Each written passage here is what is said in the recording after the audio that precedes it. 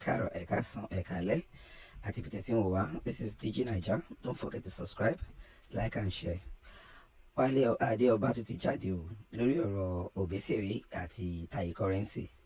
Ó ní gbogbo àwọn tó ń try láti pull wọn down, tó ń try láti bà wọn lórúkọ jẹ́, tó tún wá lọ ń gbowó lọ́wọ́ àwọn eléré kejì. Pé owó ìbànújẹ́ ó ní ara wọn ni wọ́n ń ṣe o.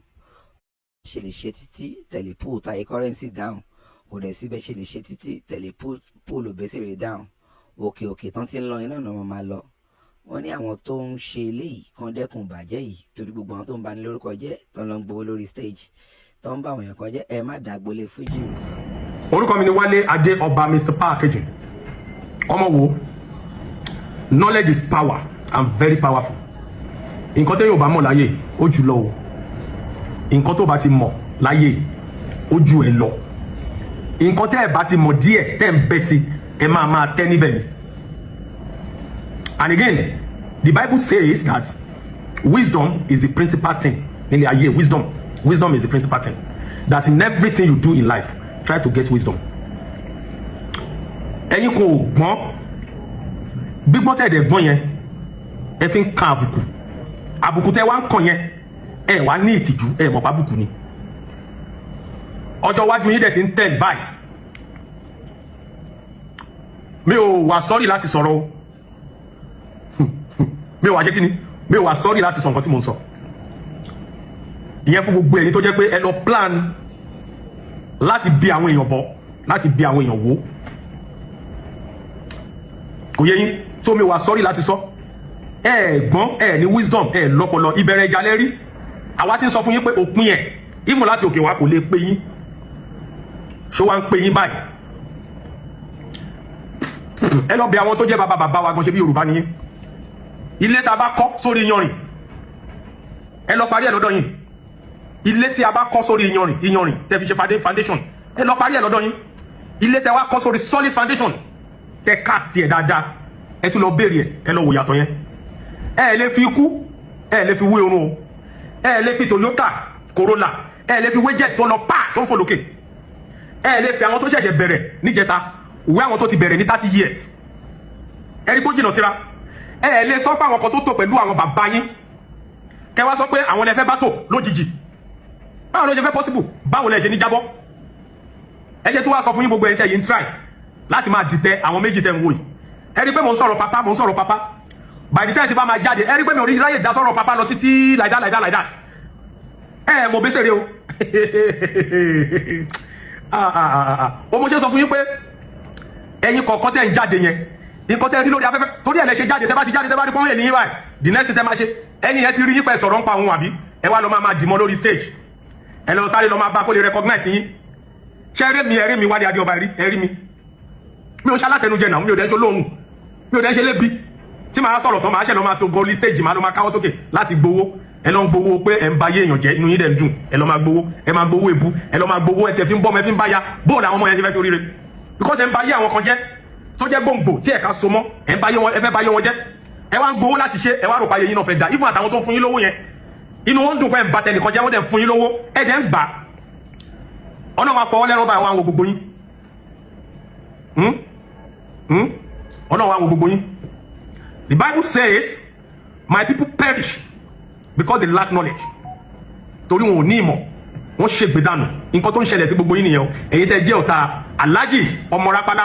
Obesere àti ọ̀tá Alhaji Tai Currency yìí ẹ fẹ́ yàn wọ́n jẹ ni one ẹtú àwọn tó jẹ́ pé wọ́n ṣe àwọn nǹkan kan láti jẹ́ kí fújì yẹn dúró ẹ fẹ́ bí wọn ṣubú ni àwọn bàbá ṣe lásọkọ ni Valentine pé Alhaji Abbas Akande Obesere ní Jésù fújì lásọkọ ó ronú ni mo rí gbogbo kìíní yẹn mo dákẹ́ mo ní ó ronú òótọ́ ọ̀rọ̀ láyé ó dẹ̀ máa ń korò especially tó máa ń gbá sí fún yín tẹ́ mọ̀ pé òótọ́ ọ̀rọ̀ ni ó korò létí gbogbo yín ẹ mọ̀ títí tọ́lọ́ ṣe gbé wọn ga ju gbogbo yín lọ gbogbo yín pátá ni pé inú wọn da àwọn tẹ́ ń wò yìí ẹ wá bẹ̀rẹ̀ ọ̀rọ̀ yẹn níbi pé ẹ bẹ̀rẹ̀ níbi pé ẹ wá lọ ilé tẹ́ ẹ lọ mo wá lọ ṣèwádìí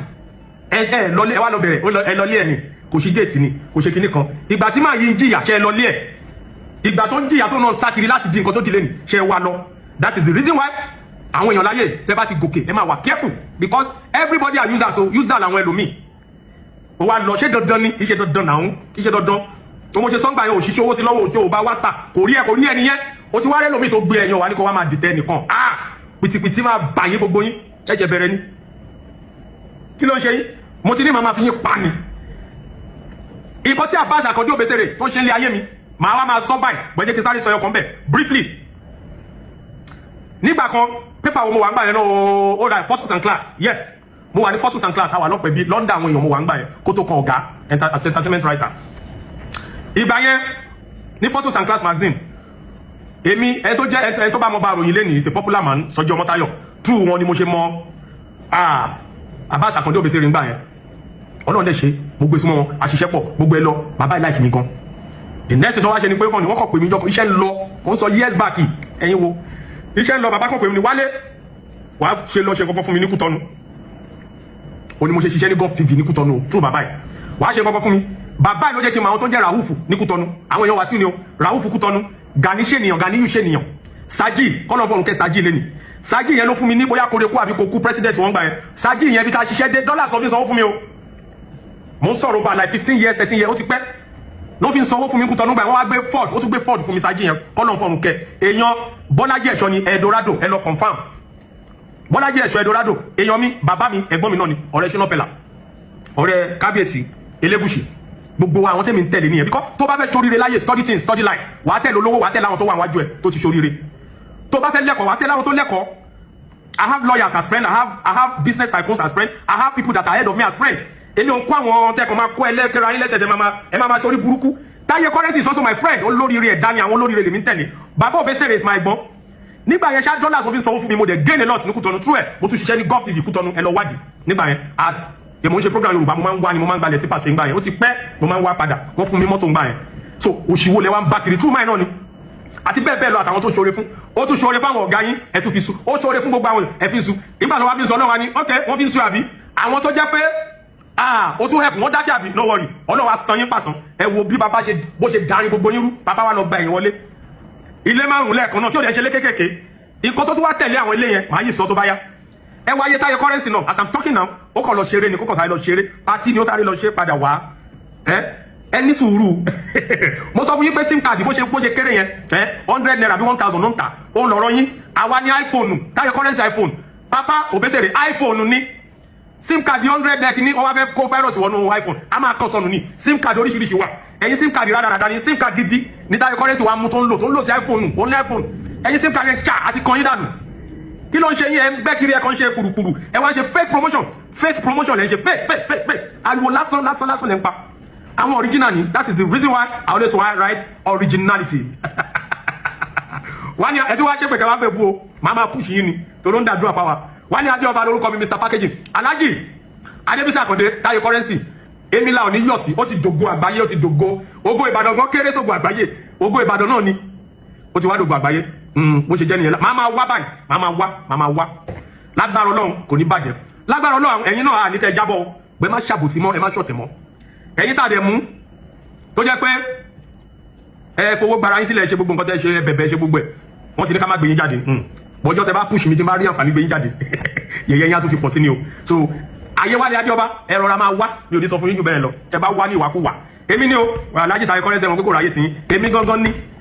tí mo mú yín ìwọ bọ̀bọ̀ tó wà lórílẹ̀ yẹn tó máa ń gbégbò dúdú sójú yẹn ṣe máa sá kiri wọ́n ti délé ẹ̀ báyìí délé kẹrin báyìí máa sá kiri ọ̀rọ̀ tí ẹ fídíò ẹ̀ náà wà níbi tó wà wá rí dépò mẹ́tẹ́ bú ni bú dáadáa mo ti rí pé ó dákẹ́ lẹ́nu ọjọ́ mẹ́ta yìí bóyá ó ti dákẹ́ bíi 3 months ago máa bú lọ wàá rí pé pìtìpìtì wàá mú ẹ máa ìwọ mo ti ẹ̀ kọ́kọ́ fẹ́ nà ẹ̀ ná fúnra mi lójú àwọn ọlọ́pàá máa ń nà ẹ̀ mo fẹ́ nà ẹ̀ because tí n bá wò tí ó bá ṣe pé à ń ṣe kíní máa bírú ẹ lọ́mọ náà ìwọ máa ń kẹ wálé kíní kan wálé gbégbó wèrè sójú wa ẹnu a máa yọ ẹnu a máa rùn tó bá súnmọ́ ẹ̀gbọ́n Wálé Adéọba lórúkọ mi Mr Packaging ẹ̀yin ògo Ìbàdàn ògo Fuji K1 the ultimate bàbá mo ṣe bà Alhaji wa Obesere mo ṣe bà Shina Akànnì mo ṣe bà Rashidi Ayinde mo ṣe bà Currency Táyélolú ògo àgbáyé mo ṣe bà Pasuma Alhaji mo ṣe bà mo kí gbogbo yín àtàwẹ́wẹ́ èèyàn mi mo kí ọ dáadáa mo kí gbogbo yín èèyàn ní Fuji ẹ máa jẹun lọ bọ́ ẹ má gba àwọn fake bloggers kó máa sọ̀rọ̀ àǹdí yín mọ́ wọn bá image yín jẹ́ original àwa bó ṣe jẹ́ nìyẹn àwọn òde ń ṣe blogger àkànṣọ̀rọ̀ ní God bless you Wálé Adéọba lórúkọ mi ó dàbọ̀ ó lè má ní mí nílé tí yín ó wẹ̀ digest ẹ̀ ṣé ó dàbọ̀.